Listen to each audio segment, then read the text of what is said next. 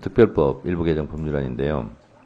저는 개인적으로 학생들에게 선행학습을 하지 마라.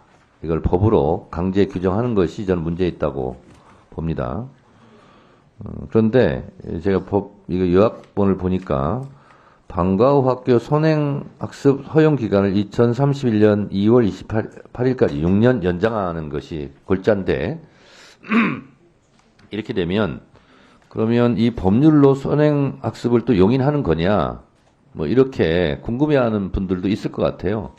그래서 요거에 대해서 우리 교육부 장관께서 설명을 좀 해주시기 바랍니다. 네, 이 경우는 이제 그 일몰 기한을 1년 연장하는 건데요. 이제 선행학습이 뭐 위원장님도 말씀하신 대로 이제 특히 이제 사교육에서 선행학습은 가능하면 이제 정부가 좀 이제 이 방지를 해야 되는 부분이 분명히 있습니다. 그렇지만 농어촌이나 도시 저소득층 같은 밀집 지역 같은 경우에는 워낙 교육 여건이 열악하고 그런 상황에서 이 사교육 측면보다는 어떻게 보면 아이들에게 타 지역과 뒤떨어진 학습을 좀 보충해주는 그런 측면이 상당히 강하기 때문에 이거를 좀 연장을 할 필요가 있다. 저는 그렇게 생각을 합니다. 네. 이럴 거예요. 첫 단추를 잘못 깨면 두 번째, 세 번째 단추를 잘못 깨게 되지 않습니까? 제가 17대 국회 초선 때 제가 문강의 하면서 지적했던 사항인데 사교육을 잡고 공교육을 활성화시키는 것과 이 수능이 학력고사와 달리 종합적 사고 능력의 측정인데 그걸 잡기 위해서 EBS 교재에서 수능 문제를 뭐 몇 % 이상 출제한다. 그러면 암기력 테스트 아니냐. 그랬더니 그때 당시 노무현 정부였습니다만 해열제가 필요하다. 근데 교육이 해열제로 해결되는 건 아니잖아요. 마찬가지로 세계 어느 나라에서 학생들에게 너는 이 기간에는 앞선 챕터를 공부하면 안 돼. 이렇게 규제하는 게 어디 있습니까, 사실은? 아니, 공부하다 보면 수열을 배울 수도 있고, 수열을 끝냈으면 미분, 적분도 진도를 나갈 수 있는 건데, 너는 요 기간에는 수열까지만 배워야 돼. 미분, 적분, 진도를 절대 나가서는 안 돼.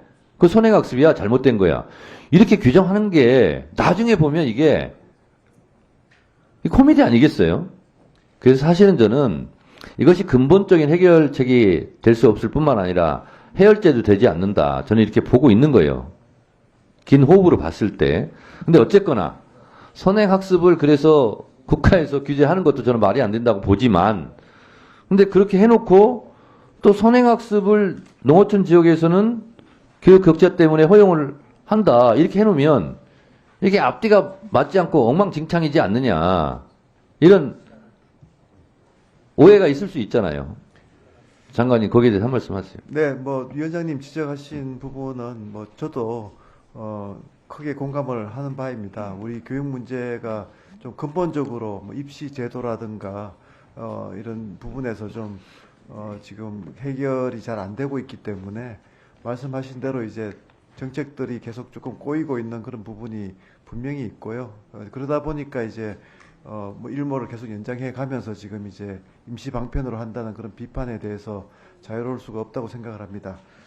그래서 저는 또 위원장님께서 워낙 교육에 관심을 두시고 말씀하시는 부분에 대해서 공감을 하고 좀 근본적으로 개혁하기 위해서는 입시 제도라든가 이런 좀 근원적인 해법을 계속 좀 정부 차원에서 또 국회 차원에서 함께 모색해 나가야 된다고 생각합니다. 지금 이거를 다 말씀드릴 수도 없고 이걸 네. 해결할 수도 없고 네. 그리고 또 타 상임위에서 올라온 법이기 때문에 제가 잡고 싶은 생각이 없습니다만 그렇기 때문에 그런 교육의 100년 대계를 좀 더 근본적으로 천착하고 고민하자. 그래서 21대 때 국가교육위원회 법도 저도 대표 발의해서 통과를 시켰습니다만 이런 부분들은 좀 긴 호흡으로 국가교육위원회에서 정말 세밀하게 이 국가 100년 대계 교육을 기획하고 좀 그랬으면 좋겠어요. 저는 네, 위원장님 여기서 말씀 뭐 공감하고요. 임시 땜빵식으로 자꾸 이렇게 한다고 해서